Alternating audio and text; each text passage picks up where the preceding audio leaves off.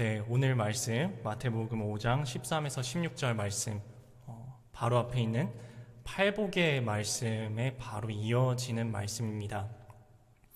팔복의 말씀들 기억나시나요? 다시 한번 찬찬히 한번 쓱 훑어보고 싶은데요.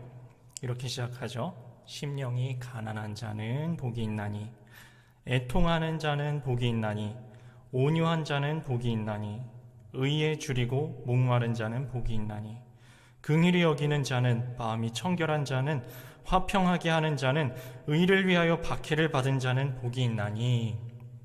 이렇게 8가지의 복에 대하여서 말씀하고 있는데, 이거 어떠세요? 이거 우리 마음속에 막 샘솟듯이 흘러나오는 우리의 삶의 모습인가요? 내 마음속에 막 발견이 되고 그냥 딱 보면 이거는 내 모습이다 싶은 모습이신가요? 안타깝게도 저는 아닌 것 같습니다. 여러분은 어떠실지 모르겠지만 저는 아닌 것 같아요. 아마 우리 전부 아닐 겁니다. 이게 막 우리 마음속에서 샘솟듯이 막 솟아나는, 그래서 내가 딱히 뭐 하지 않아도, 또는 내가 열심히 조금만 노력하면은, 조금만 어떻게 바꾸면은 얼른 붙잡을 수 있는 그런 것들이 아닙니다. 그럼 이거 도대체 뭔가요? 심령이 가난하고 애통하고 온유하고 의에 줄이고 긍휼히 여기시는 것, 마음이 청결하고 화평케 하고 의를 위하여서 박해를 받으신 분, 딱 떠오르시는 분 있지 않나요? 이거 예수님의 마음입니다. 예수님의 마음이고 예수님의 삶이었습니다. 예수님은 딱 이렇게 사셨습니다. 마지막 순간 십자가에 달려 죽으시고 부활 승천하시는 그 순간까지 딱 이 말씀 이대로 사셨습니다. 그래서 이 마태복음 5장의 주제를 굳이 한마디로 정리를 하자면 맨 마지막 절에 이런 얘기가 나와요. 48절에 그러므로 하늘에 계신 너희 아버지의 온전하심과 같이 너희도 온전하라, 딱 나오죠. 이게 내 노력과 내 힘으로, 내가 어떻게 발현할 수 있는, 노력으로 만들어낼 수 있는 어떤 습관에 대해서, 삶의 방식을 어떻게 조금 변화시키는 거에 대해서 이야기를 하는 것이 아니라, 이것의 이 마태복음 5장의 주제는 주의 마음을 본받는 것입니다.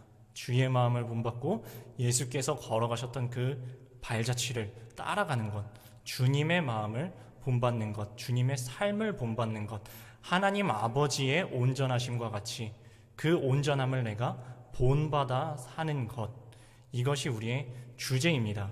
그래서 이 주제의식이 오늘 소금과 빛에 대한 말씀에도 그대로 일맥상통하게 흘러갑니다. 그래서 빛으로 소금으로, 소금으로 빛으로 너희는 세상의 소금과 빛이다 라는 이 말씀은 우리가 어떻게 살아야 한다는 이야기냐 하면, 주님의 마음을 본받아 주 뜻대로 주님을 본받은 삶을 살아가야 한다라고 이렇게 요약을 할 수 있겠습니다. 이렇게 요약을 해보고 서론까지 딱 왔는데, 제가 오늘 말씀을 다 준비를 해놓고 이 원고를 여러 번 반복해서 읽으면서 거의 이제 외우는데, 이 달달 외워지는 이 말씀이 머리에서는 외워지는데 마음에 딱 붙지가 않는 거예요. 이거 뭐지? 이제 강단에 올라가서 설교를 해야 되는데, 강단에 올라가 설교를 해야 되는데, 이게 머리로는 알겠는데, 이해도 다 됐는데, 아니 외울 수도 있겠는데, 이게 마음에 딱 와서 붙지가 않는 거예요. 이거 뭡니까? 하나님 이거 왜 이러죠? 좀 전에 그 5장의 주제의식에서 제가 딱 찔렸습니다. 주님의 마음, 주님의 마음. 나한테 주님의 마음이 없구나. 그래서 제가 올라오기 전에 짧게, 정말 짧게, 하나님 급하니까 하나님한테 짧게 이렇게 기도 드리고 왔어요. 마치 그 아들이 귀신 들렸는데 제자들이 쫓아내주지 못하니까 그 아버지가 제가 믿습니다, 저희 믿음 없는 거를 도와주소서 하고 외치죠. 그런 심정으로 저도, 하나님 제가 주의 마음이 없습니다. 주의 마음이 제 마음에 없는데 제가 지금 주의 마음에 대해서 설교를 해야 됩니다. 제가 빛으로 소금으로 살아가고 있지 못한데 빛과 소금에 대해서 지금 설교를 하러 올라가야 합니다. 저 어떡합니까? 제 능력으로는 도무지 못합니다. 저의 믿음 없음을, 사랑 없음을 주여 도와주소서 하는 마음으로 올라왔습니다. 아마 저만 그렇지 않을 겁니다. 여러분도 빛과 소금에 대한 설교 한두 번 듣지 않으셨을 겁니다. 이 말씀 아마 한두 번 읽어보지 않은 매우 익숙한 말씀이실 겁니다. 그리고 이거 그냥 뭐 줄줄 외우시는 분들도 계실 수 있어요. 근데 이렇게 머리로만 생각해서 쓱 넘어갈 내용이 아닙니다. 이거 주님의 마음을 우리에게 부어달라고, 주의 은혜로 우리의 마음을 변화시켜달라고, 어루만져 달라고, 은혜로 우리에게 직접 말씀하여 달라고, 여러분들도 함께 간구하시는 마음으로 오늘 말씀 앞에 서셨으면 좋겠습니다.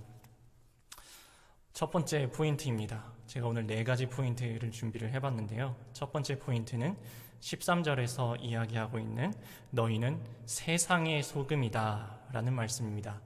똑같이 14절에서 너희는 세상의 빛이다 라고 이야기하고 있죠. 이 세상의 소금, 세상의 빛이라고 하는 이 세상의는 달리 번역하자면 너희는 이 땅의 소금이다.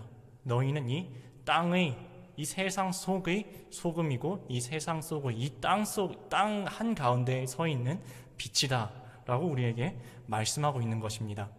이 세상 어떤 세상이죠? 네, 우리가 늘 교회에서 이야기하는 그런 세상적이다 하는 그 세상 이야기하는 거 맞습니다. 하나님이 없는 세상, 믿음이 없는 세상, 소망이 없는 세상, 사랑이 존재하지 않는 세상, 죄악이 가득한 세상, 맛을 잃고 부패해가는 세상, 어두캄캄하고 빛을 잃어버린 그 세상적인 그 세상, 그거 이야기하는 거 맞습니다. 그런데 방금 이렇게 이야기하셨죠. 너희는 이 세상의 소금, 이 세상 속의 소금이다. 네, 하나님을 잃어버린, 부패하고 썩어 들어가고 타락하고 빛을 잃은 어둠 속에 우리가 파송된, 보내어진 하나님의 파송받은 대사, 영사, 외교관처럼 보내어진, 파송되었다, 사자로 보내어졌다 라는 말씀입니다. 저는 어렸을 때 이렇게 생각을 한 적이 있었습니다. 나는 저 어떻게 저 죄악 많은 세상 속에서 저 말도 통하지도 않고 하나님 믿지도 않는 세상 속에서 살아갈 수 있을까? 내가 생각했을 때 진짜 좋은 신앙생활은 교회 안에서 나보다 더 잘 믿는 분들 옆에서 딱 붙어가지고 그분들하고 배우면서, 그분들 본받으면서 교회 안에서 일어나면은 찬양하고, 일어나면 말씀 보고, 예배 드리고, 밤에 잘 때까지 그게 좋은 신앙이라고 저는 생각을 했었어요. 근데 아니라는 겁니다. 하나님께서 우리를 세상으로 파송하셨다는 겁니다.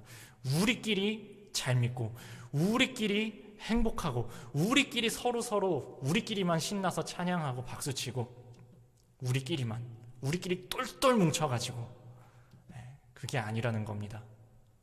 복음을 품고 세상 속으로 가라는 것입니다. 그것이 바로 너희는 세상의 소금이요 너희는 세상의 빛이다 라는 말씀의 의미입니다. 이 말씀 우리에게 이렇게 적용 한번 해볼까요? 우리는 복음 들고서, 복음 품고서 예수 그리스도의 마음으로 마주해야 할 가족이 있습니까? 예수 그리스도의 복음을 품고 주님의 마음으로 마주해야 할 친구가 있습니까? 직장 동료가 있습니까? 이웃이 있습니까? 우리는 복음 들고 빛으로, 소금으로 그 주변의 가족과 친구와 이웃들 앞에 서고 계십니까? 다음 포인트 말씀입니다. 13장과 14절에서 너희는 무엇이다 라고 하는 우리의 정체성에 대한 이야기가 나옵니다. 좀 전에 말씀과 겹치죠. 너희는 세상의 소금이고 너희는 세상의 빛이다. 근데 그 소금에 대한 설명이 붙습니다. 소금 여러 군데 쓰시잖아요. 염장해가지고 더 이상 썩지 않는데도 쓰시고, 맛을 내는데도 쓰시고, 다른 어떤 염료 같은 데도 넣으시고, 심지어는 옛날엔 제가 어렸을 때 기억으로는 얼음 얼어서 안 녹았을 때 염화칼슘 없으면 소금 뿌렸던 기억도 납니다. 소금 매우 다양한 곳에 쓰입니다. 그런데 오늘 말씀에서는 그 여러 가지 소금의 용도 중에서 하나를 딱 집어서 소금이 맛을 잃으면, 소금은 짠데 그 짠 맛을 잃으면 어떻게 된다라고 이야기하고 있습니다. 소금의 정체성으로 짠 맛에 대해서 이야기를 하고 있습니다. 제가 되게 좋아하는 음식이 있습니다. 그래서 제가 오늘 저녁에도 그거를 먹고 왔는데요. 제가 소머리 곰탕을 되게 좋아합니다. 좀 전에도 저녁에 소머리 곰탕을 먹고 여기 올라왔어요. 이 소머리 곰탕에 되게 여러 가지 재료가 들어가죠. 물론 저는 요리를 못하니까 정확히 뭐가 들어가는 건 모르지만 여러 가지가 들어간다는 건 알고 있습니다. 그런데 아무리 좋은 재료들을 넣어도 이 소머리 곰탕에 소금을 넣지 않으면 절대 여기에 맛이 나지 않습니다. 이것저것 아무리 비싼 재료를 넣어도 절대 이게 간이 맞지를 않아요. 그래서 소금 없는 소머리곰탕, 소금 없는 설렁탕, 여러분 드셔보셨을 겁니다. 아마 가게에서 아직 간 맞춰놓지 않고 알아서 간 맞춰서 먹게 하는 가게들 있죠. 거기서 딱 한 숟갈 먹어보고 이거 뭐야, 간 안 했구나 하고 얼른 소금 찾죠.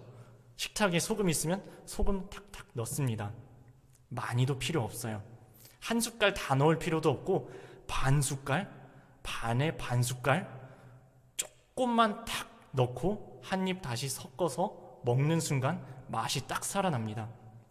이게 소금의 역할이라는 것입니다.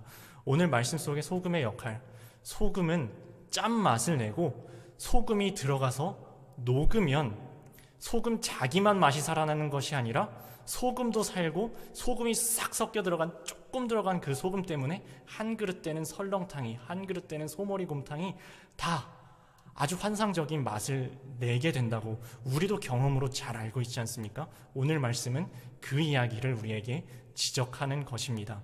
우리가 바로 그와 같은 소금이라고 말입니다. 그리고 우리는 요 소금이 사실 맛만 있으라고 먹는 게 아닙니다. 잘 들어보지는 못하셨지만 이 소금이 옛날에는 돈처럼 통용이 됐었거든요. 요새야 뭐 마트 가면은 되게 싸게 소금을 살 수 있지만 예전에는 소금이 귀했단 말이에요.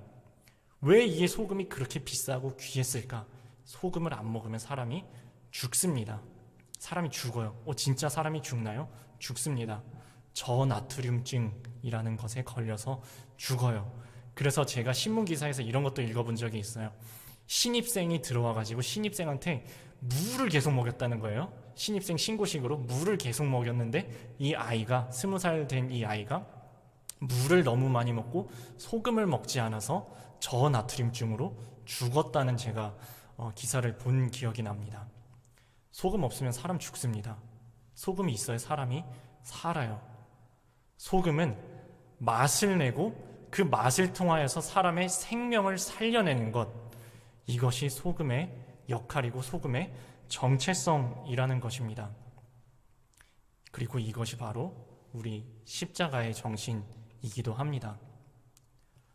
소금 한 숟갈, 반 숟갈, 아니 반의 반 숟갈이 들어가서 녹아서 흔적도 없이 사라진 것 같은데 소금이 사라져 녹아져 버림으로써 이 그릇 한 그릇을 다 살리는 것처럼 십자가에서 예수님 한 분이 죽으심으로 이 아무런 간이 맞지 않은 생명이 없는 이 세상이 예수 그리스도의 보혈의 피로 말미암아 다 살아나는 것, 이게 십자가 정신이기도 합니다. 그리고 그 십자가를 우리 속에 새겨주시고 우리를 세상 속으로, 너희도 그 십자가 정신을 가지고 예수님의 마음을 품고 세상 속의 소금으로 살아라. 세상 속에 녹아 없어져 너만 살 뿐 아니라 너도 살고 모두를 살리는 소금으로 살아라 라고 우리에게 파송하시는 것입니다. 이것이 소금의 정체성입니다. 근데 세상은 이 정체성, 세상과 다른 이 그리스도인의 정체성을 매우 껄끄럽게 여깁니다. 그래서 오늘 5장의 10절에서 12절까지 보면은 세상이 껄끄럽게 여겨서 그리스도인들을 박해하는 이야기가 나오죠.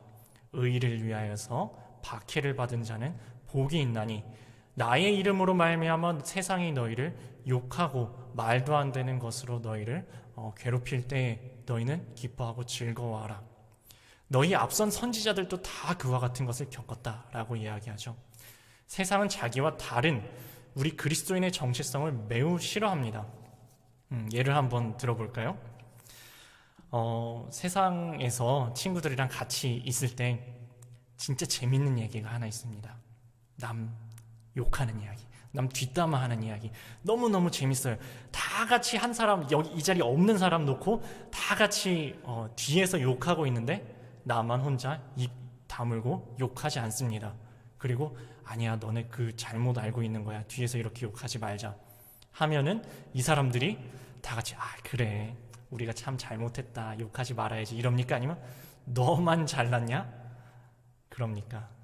어떻게 하는지 아시죠? 만약에 우리 직장에서 모두가 다 같이 뇌물을 받는데 나 혼자, 나는 그리스도인이 뇌물 받지 않겠습니다 하면은 이 사람들이 너만 잘났냐? 하겠죠? 만약에 모두가 방탕하게 노는 곳으로 다 같이 가고 있는데 나는 그리스도인이니 이런 곳에 가지 않겠다 하면 어떻겠습니까? 모두가 직장에서 야, 오늘은 우리 사장님 안 계시니까, 부장님 안 계시니까 대충 일하자 하는데 나만 혼자 열심히 일하고 낑낑거리면서 열심히 일하고 있으면 옆에 사람들이 뭐라고 이야기합니까? 다 같이 옆에 사람들 오늘 다 같이 아이스크림 먹고 쓰레기를 휙 버리는데 나만 혼자 옆에서 쓰레기 버리지도 않고 얘네들이 버린 쓰레기 나 혼자 줍고 있으면 쟤네들이 속으로 좋아할까요? 아니면 너만 잘났냐 라고 생각할까요? 다 같이 거짓말하는데 나 혼자 죄송합니다, 사실 이거 거짓말입니다 라고 이야기하면 예쁨 받을까요? 미움 받을까요? 제가 대답하지 않아도 여러분 다 답을 알고 계십니다. 엄청나게 미워할 겁니다. 엄청나게 싫어할 겁니다. 너만 잘났냐? 너만 혼자 예수 믿냐? 나도 교회 집사야. 너만 유난 떨면서 그러지 마. 다들 이렇게 살고 있는데 너만 잘났어? 그래, 너 팔뚝 굵다. 네, 그럽니다. 세상은 자기와 다른 소금으로서의 정체성을 가진 그리스도인들을 어떻게 해서든지 그 정체성을 잃어버리고 자기들에게로, 정체성 잃어버린 채 자기들에게로 똑같이 동화되어 버리도록 잡아 끕니다. 근데 웃기는 건 뭔지 아십니까? 그렇게 내가 그리스도인의 정체성을 드러낼 때 욕하고 핍박하고 돌아서서 니만 잘났냐 하던 그 사람들이 정작 그래, 나도 모르겠다, 나도 너네랑 똑같이 할란다 하고 뒤섞여서 놀면은 앞에서는 그래 우리는 친구다 하면서 좋게 재밌게 즐겁게 노는 것 같은데 딱 뒤로 돌아서면은 이렇게 욕합니다. 아이고, 예수쟁이 별거 없네. 야, 뭐 집사, 권사, 장로 아무것도 아니구나, 목사 뭐 똑같구나, 아무것도 다를 거 없네. 야, 예수쟁이 별거 없구나 라고 돌아서서 욕하고 내칩니다. 그것이 바로 오늘 말씀에서 이야기하고 있는 소금이 맛을 잃으면 길에 버려져 사람에게 밟힌다 라는 말씀입니다. 이거 어김없이 일어납니다. 세상에서 사람들이 욕을 하는데, 교회를 욕하는데 때로는 정말 엉뚱하게 잘못 없는 거를 누명을 씌워서 욕하기도 합니다. 그런데 어떤 거는 보면은 자기들과 똑같은 모습 갖고 있다고 욕합니다. 그거 자기들도 하는 거예요.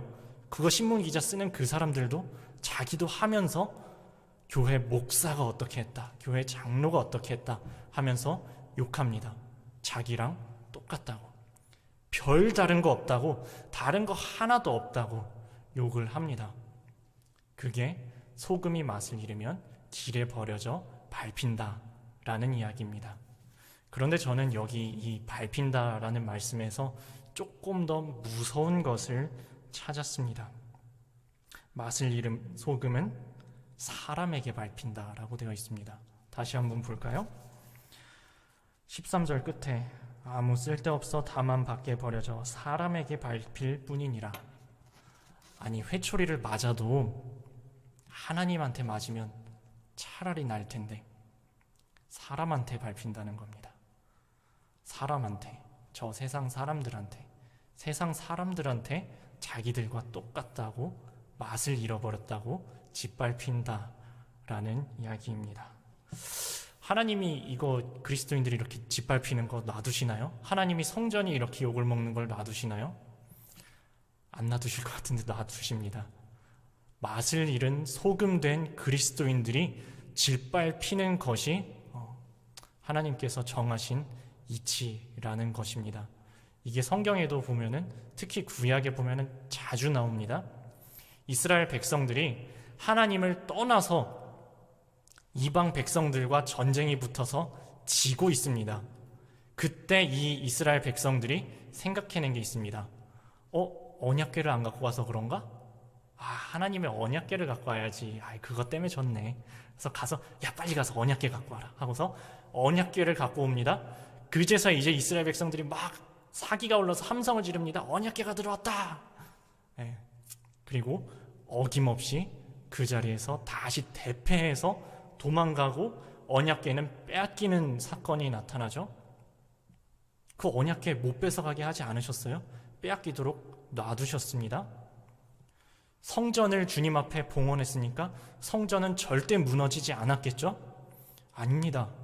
성전이 무너졌습니다. 무너지게 내버려 두셨습니다. 성전만 무너졌습니까? 성전은 회파되고 사람들은 다 끌려서 이스라엘 약속의 땅 가나안 땅을 떠나서 외국으로, 포로로 잡혀가기도 했습니다. 잡혀가는 걸 그냥 놔두신 것일 뿐만 아니라 너 이거 하나님의 회초리로 맞는 거니까 저 이방 민족들에게 끌려가라, 순종의 마음으로 끌려가라 라고 하시거든요. 하나님 놔두셨습니다. 무슨 그리스도인이라고 세상에서 짓밟히지 않게 하나님이 무슨 이렇게 그러지 않으셨습니다. 맛을 잃은 소금은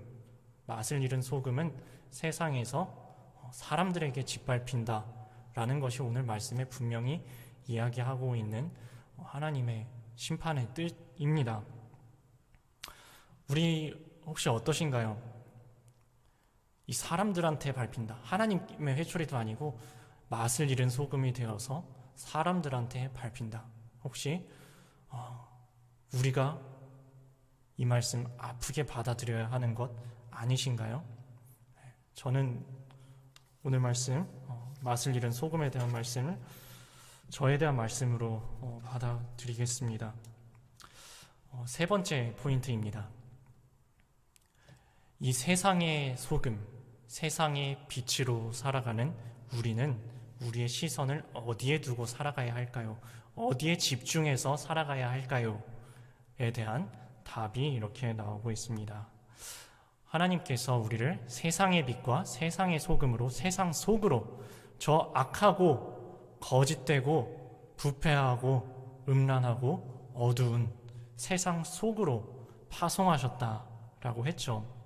그런데 14절에 보면은 너희를 보낸다, 너희는 세상의 빛이다 하고 보내면서 너희와 대비되는 게 하나가 나옵니다.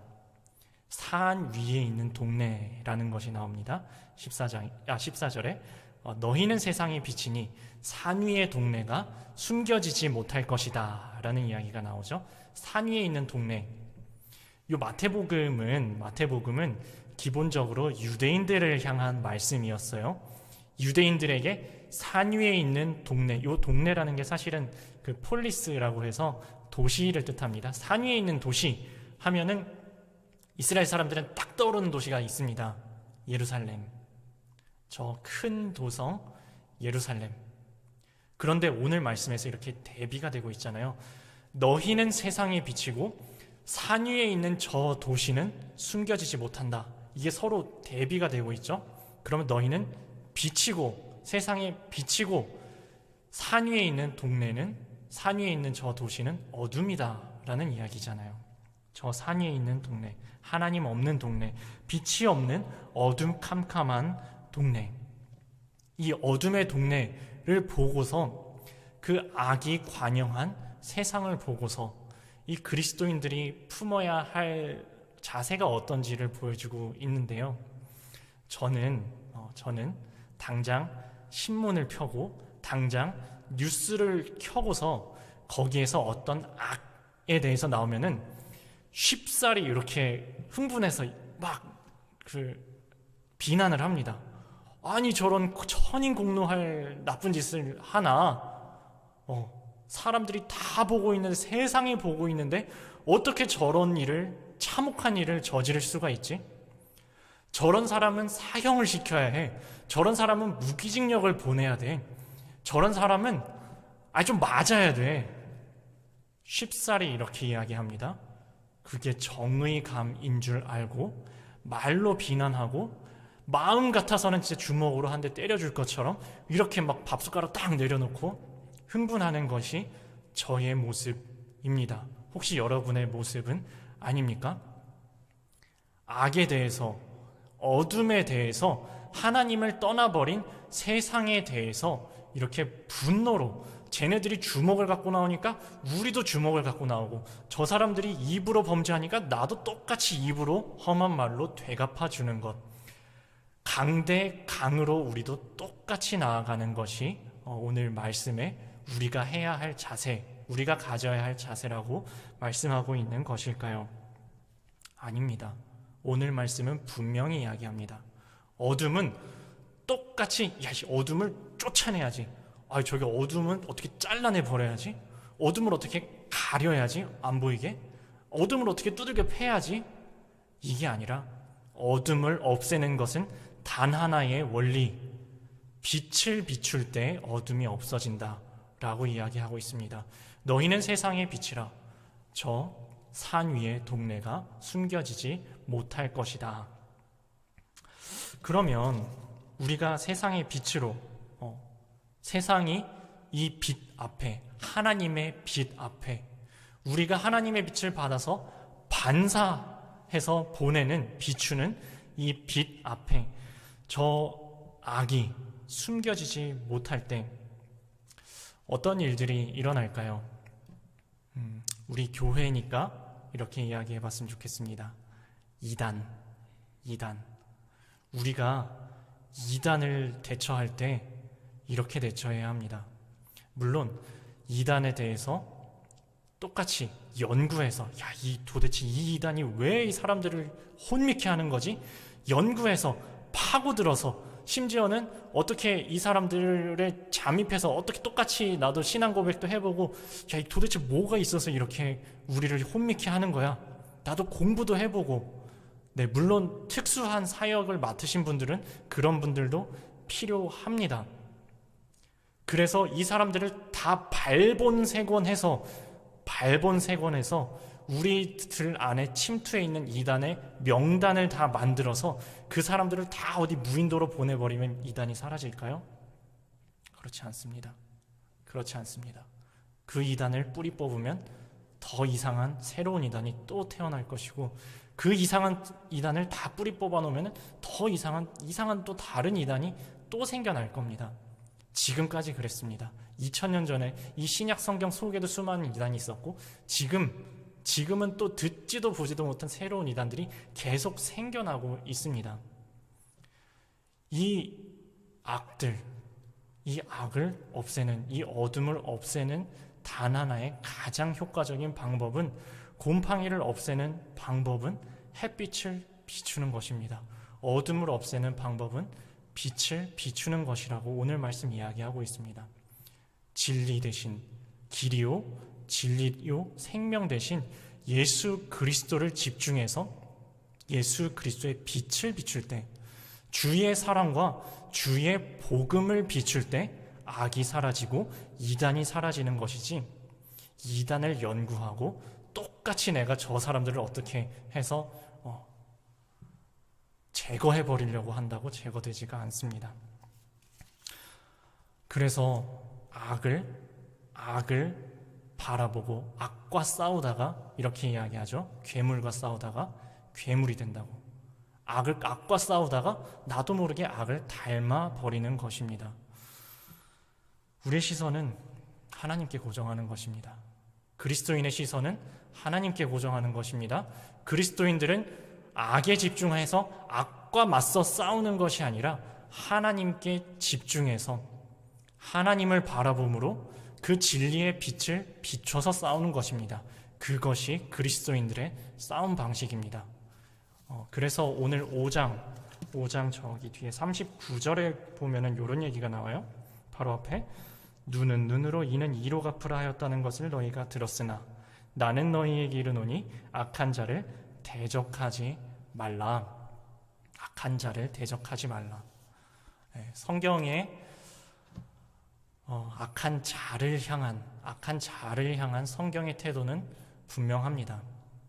저 악한 자도 어떤 악인 한 사람도 멸망하는 것을 하나님께서 기뻐하지 않으시고 의인 99이 있는 것보다 죄인 한 사람이 회개하여 돌이키는 것을 더 기뻐하시는 주님이시라고. 양 99마리가 우리 안에 있어도 집 나간 어린 양을 찾아 나서는 게 하나님의 마음이라고. 그래서 악한 자를 똑같이 나도 폭력에는 폭력으로, 욕에는 욕으로, 강에는 강으로 맞서 대적하여 싸우는 것이 아니라 주님의 마음으로 복음 들고 나아가는 그 자세를 우리에게 요청하신다고 오늘 마태복음 5장은 우리에게 분명히 이야기하고 있습니다. 그래서 악에게 지지 말고 선으로 악을 이기라. 이것이 악을 대항하는, 악과 싸우는 하나님의 전신갑주입니다. 그러면 오늘 말씀 방금 전에 그랬죠? 소금과 빛. 여기 또 한 가지 재미있는 부분은 너희는 소금이 되어라, 너희는 빛이 되어라 라고 이야기하지 않았습니다. 너희는 열심히 노력해서, 아직은 소금이 아니지만 열심히 노력해서 소금이 한번 되어봐라. 마치 호박에다가 너네 열심히 줄을 그어서 수박을 한번 만들어 봐라. 너네 향기가 없는 플라스틱 꽃을 이렇게 만들었는데 향기가 없으니까 향수를 거기다 뿌려가지고 향기 있는 꽃처럼 되어봐라. 이게 아닙니다. 오늘 말씀 분명히 우리에게 이렇게 이야기합니다. 너희는 소금이다. 너희는 세상의 빛이다. 이미 빛이라는 거예요. 하나님, 저의 모습을 보니까 저의 모습은 선한 게 없는데요. 저는 빛으로 살아가지도 못하고 소금으로 살아가고 있지도 못한데 왜 소금이고 빛이다 라고 이야기하시는 거지? 내가 노력해가지고 열심히 해가지고 어떻게 뭐 규칙이 있으면 지키고 습관이 있으면 만들고 해가지고 이렇게 되어야 되는 거 아닌가요? 빛이 되고 소금이 되어야 하는 것 아닌가요? 그런데 그게 아니라는 것입니다. 열심히 노력하고 내 능력을 어떻게 발휘해가지고 노력하고 어떻게 맞추고 해서 율법을 지켜서 착하게 되고 선하게 되어서 구원을 받는 것, 이것은 바리새인들이 그렇게 율법 지켜가지고 자기들이 잘난 줄 알고 그것 때문에 구원받을 줄 알았다고 생각했던 그 바리새인들의 방식입니다. 예수님께서 말씀하시는 것은 명백합니다. 오직 믿음으로, 오직 은혜로, 거듭남으로 우리는 이미 소금이 되었고 빛이 되었다라는 것입니다. 이것을 요한복음에서는 이렇게 표현하고 있죠. 영접하는 자 곧 그 이름을 믿는 자들에게는 하나님의 자녀가 되는 권세를 주셨으니 이는 혈통으로나 육정으로나 사람의 뜻으로 나지 아니하고 하나님께로부터 난 자들이니라. 하나님께로부터 난 자들. 우리가 소금인 것은, 우리가 빛인 것은 내가 선해서, 내 성품이 좋아서, 내가 교양이 있어서, 내가 노력해서 소금이 되고 빛이 되는 것이 아니라 우리가 믿음으로 오직 은혜로 거듭나서 이미 빛이 되고 이미 소금이 되었다라고 선포하고 계십니다. 하나님께서 빛이 있으라 하심에 빛이 있었다 하신 것처럼 이것은 우리를 향하여서 하나님께서 선포하신 것입니다. 백골을 향하여서 하나님께서 군대가 되도록 명령하셨을 때 뼈들이 군대가 된 것처럼 하나님께서 너희들은 세상의 빛이다, 너희들은 세상의 소금이다 라고 선포하신 겁니다. 우리가 이 말씀을 믿고 아멘으로 받아들일 때 내 능력과 노력으로 될 수 없지만 주의 은혜로 우리가 거듭남으로 이미 빛이고 소금으로 변화된다라는 말씀입니다. 그래서 우리는 그 안에서 믿음으로 주를 바라보고 주님께 집중해서 먼저 이 빛이요 소금의 길을 걸어가신 주 예수를 바라보고 그 길을 따라가는 것입니다. 마지막 포인트입니다. 오늘 이 마태복음 5장의 산상수훈의 말씀은 예수께서 산에 올라가 앉으시니 제자들이 나아온지라 입을 열어 가르쳐 이르시되, 이렇게 시작했죠. 제자들을 향한 말씀입니다. 예수님께서 지금 제자들을 불러 모아놓고 이야기하시는 거예요. 그런데 방금 전에 이야기한 것처럼 여기에 주된 내용이 저 하나님 없이 타락하고 썩어 들어가고 어두운 세상에 대한 이야기가 들어가고 있잖아요. 너희는 이 세상의 빛이고 세상의 소금인데, 예수님께서 제자들을 불러 모아놓고 이렇게 이야기하시지 않습니다. 야, 이 세상이 참 타락하고 문제 있는 것은 쟤네들 때문이야. 쟤네 봐봐, 쟤 죄 짓는 애들. 저 세리를 봐봐, 저 창녀를 봐봐, 저 죄인들을 봐봐. 쟤네가 세상을 망쳐놓고 있는 거야. 너네는 가가지고 칼을 갖고 가가지고 쟤네랑 전쟁을 해서 쟤네를 싹 제거해버리면 세상이 깨끗해질 거야. 이 세상이 망가진 거는 쟤네들의 책임이야 라고 제자들에게 예수님께서 말씀하시지 않습니다. 세상이 어둡고 세상이 타락하고 세상이 맛을 잃어버린, 생명을 잃어버린 까닭은 소금이 맛을 잃었기 때문이고 빛이 빛을 잃었기 때문입니다. 정확하게 이야기하면 등불이 마른 그릇이에요. 그릇. 여러분 그 촛불 켜놓고 거기다 유리병으로 확 덮어버리면 어떻게 되죠? 바로 꺼지죠. 산소가 없어서 꺼지죠. 그게 이 당시에 사람들이 등불을 덮어 끄는 방식이었습니다. 등불을 켜서 그것을 말은 그 옛날에 되와 말하는 그 말이에요. 그릇 아래 덮어서 바로 꺼버리지 아니하고 등경 위에, 그 촛대 위에다가 꽂아서 두는 것처럼 등불대 위에 둔다. 그런데 세상이 빛을 잃어버리고 어두워진 까닭은 너희가 자신을 태워서 세상에게 빛을 발하는 것이 아니라 자신을 태워버리기 싫어서 얼른 아이고 내가 뜨겁다, 아이고 나를 왜 태워, 이거 뭐 태워서 뭐 나 좋은 게 뭐가 있어, 쟤네만 빛나지, 아이고 얼른 덮어야겠다, 얼른 덮어 꺼버렸기 때문에 세상이 어두운 것이고, 세상이 맛을 잃고 생명을 잃어버린 것은 소금된 너희 제자들이 맛을 잃었기 때문이다. 그래서 그거 너네들 책임이야 라고 말씀하고 계신 겁니다. 그러면 하나님은 저 믿지 않는 사람들은 심판하지 않으시나요? 아니, 그런 이야기가 아닙니다. 여기 지금 안 믿는 사람 데려다 놓고 이야기하는 얘기 아니잖아요. 예수께서 산에 올라가 앉으시니 제자들이 나왔고 제자들에게 입을 열어 말씀하셨다고 했잖아요. 하나님께서, 예수님께서 우리에게 말씀하실 때 너네들은 봐봐, 쟤네들이 잘못이야, 그러니까 쟤네들 어떻게 해봐, 이렇게 하지 않으신다는 겁니다. 이 말씀 듣고 있는 우리를 향한 말씀으로 하고 계신다는 겁니다. 이 책임을 딴 데로 책임의 화살을 돌려버리지 않고 너네 스스로를 돌아보고 너네가 회개하고 주 앞에 회개하고 통회하고 자복하고 돌이키라, 너네가 이렇게 하라 라고 정확하게 화살처럼 이야기하고 계신 겁니다. 우리는 말씀 보면은 너무너무 본능적으로 복은 나한테로 끌어올라 그러고 심판의 말씀은 남한테 적용하려고 그래요. 복은 나한테, 심판은 남들한테. 이 중에서 칭찬받는 거는 다 나를 위한 칭찬의 말씀 같고, 복의 말씀은 다 나를 위한 것 같고, 제자들이 잘한 거, 베드로가 신앙 고백한 건 내 모습 같고, 베드로가 부인한 거는 쟤네들의 모습 같고, 이게 우리의 본능이에요. 무슨 소금이 맛을 잃었다? 쟤네가 맛을 잃었구나. 빛이 빛을 잃었다? 쟤네가 빛을 잃었구나. 이게 우리의 본능이라는 거예요. 근데 오늘 말씀은 그 말씀 앞에 내가 서야 한다, 너희가 서야 한다, 너희 제자들이, 믿는 너희들이, 이 말씀을 듣고 있는 너희들이 이 말씀 앞에 서야 한다. 스스로를 비춰보고 말씀 앞에 회개하고 돌이켜야 한다 라고 분명히 이 기준을 세워주고 계신 것입니다. 16절에 보면은 오늘의 말씀의 주제의식이 있죠. 그래서 이렇게 해서 뭘 어떻게 하자는 겁니까? 이같이 너희 빛이 사람 앞에 비치게 하여 그들로 너희 착한 행실을 보고 하늘에 계신 너희 아버지께 영광을 돌리게 하라. 이거 무슨 얘기죠?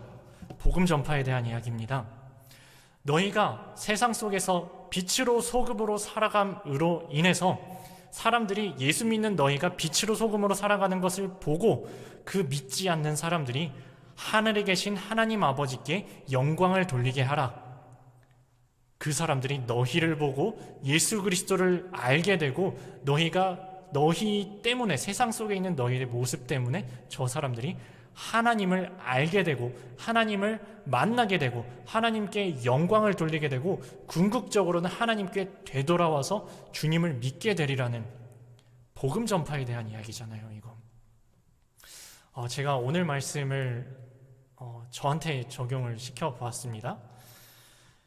이 복음을 전파를 해야 되는데 제가 목사잖아요. 이 목사가 참 복음 전파하기 가장 좋은 직책이면서 또한 복음 전하기가 참 어려운 직책이기도 해요. 왜냐하면 제가 복음을 이미 전파하고 있다고 착각할 때가 참 많아요. 난 복음 전했는데, 오늘 설교했는데, 나는 이렇게 했는데 하고 저는 이렇게 미꾸라지처럼 쏙쏙 빠져나가고 있다는 게 저는 이 말씀을 보고 깨달아졌습니다. 요새 그 큐티인으로 하시죠? 네, 큐티인으로도 하시고 아마 양육 받으시는 분들도 계실 건데 저도 그 양육을 받고 있어요. 제가 이해하기로는 이 큐티인과 양육의 가장 큰 장점을 저는 이렇게 생각했습니다. 적용이다. 이거 큐티의 꽃은 적용이다라고 말씀하셨는데, 이 적용이라는 게 내가 진짜 이거를 나의 삶 속에, 말씀을 나의 삶 속에 완전히 나의 심령과 골수를 쪼개게 나에게 찌르고 나의 삶을 바꾸는 것. 그래서 절대 순종하는 것, 말씀 앞에 순종하는 게 이게 그 말씀 앞에 서는 자세라고 요새 계속 배우고 있어가지고 제가 오늘 말씀 앞에 순종해서 최근에 제가 좀 복음을 좀 전했습니다. 믿지 않는 가까운 사람들에게 순종하는 마음으로 먼저 진짜 많이 기도했어요. 기도하고 기도로 준비하고 복음을 전했어요. 이 믿지 않는 또는 복음에서 떠나버린 이 친구들에게 복음을 전했어요. 안타까운 주님의 마음을 주님께서 부어주시더라고요. 기도할 때, 말씀 전할 때 부어주시더라고요. 그래서 복음을 전했습니다. 제가 지금 이게 자랑하려고 하는 게 아니라 복음을 전했어요. 근데 이게 복음을 전할 때 그 뜨거운 복음의 열정이 너무 순식간에 휘리릭 하고 날아가 버리는 거예요. 내가 좀 바쁘다는 핑계로, 내가 좀 피곤하다는 핑계로, 또는 내가 상황에 파묻혀가지고 주님께서 부어주신 복음의 열정, 주님의 마음, 구원을 향한 주님의 애타는 간절한 마음이 주님을 바라보는 이 기도와 말씀 붙잡고 순종하려는 애쓰고 수고함이 주님을 향하여서 주님께 집중하는 이 마음이 살짝 흐트러지니까 거짓말처럼 연기처럼 싹 날아가 버리는 거예요. 그래서 제가 오늘 말씀에 제가 이렇게 순종해서 복음을 전하는 적용을 했습니다 라고만 하면 참 좋겠는데 그게 아니고 이 말씀이 순종했는데 순식간에 날아가 버린 거예요. 빛으로 소금으로 살아가라고 하셨는데 빛으로 소금으로 살아가다가 잠시 잠깐 순종하고 잠시 잠깐 맛을 내고 잠시 잠깐 빛을 내고서 과거의 일로 나 과거에 복음 전했어, 너 과거에 순종했어 라고 저의 일종의 메달처럼 자랑거리가 돼버리는 것을 오늘 말씀 앞에 제가 회개하게 됐습니다. 이게 참 쉽지가 않습니다. 참 쉽지가 않습니다. 내 힘으로, 내 능력으로, 내 노력으로 될 것 같은데 이게 참 안 됩니다. 그래서 성경은 우리에게 이렇게 이야기하는 거죠. 나는 날마다 죽노라. 나는 죽고 예수로 사는 삶. 나는 죽고 예수로 사는 삶. 날마다 자기 십자가를 지고 자기를 부인하고 나를 따라오라 라는 말씀이 그래서 이렇게 말씀하신 거구나. 오라 나는 곤고한 자로다. 이 사망의 굴레에서 누가 나를 건져낼고 하는 저는 좀 안타까운 마음으로 오늘 이 자리에 섰습니다. 저 소금으로 빛으로 부르신 주님의 부르심에 합당한 자로 살아가겠습니다. 제 노력과 제 능력으로는 살아갈 수 없다는 거 지금 고백한 것처럼 저도 잘 알고 있습니다. 아마 여러분도 그냥 여러분의 노력과 능력과 여러분 자신의 경건과 교양으로는 안 될 것입니다. 주님의 마음을 부어주시기를 간구하시고 믿음으로 우리를 이미 빛으로 소금으로 변화시키신,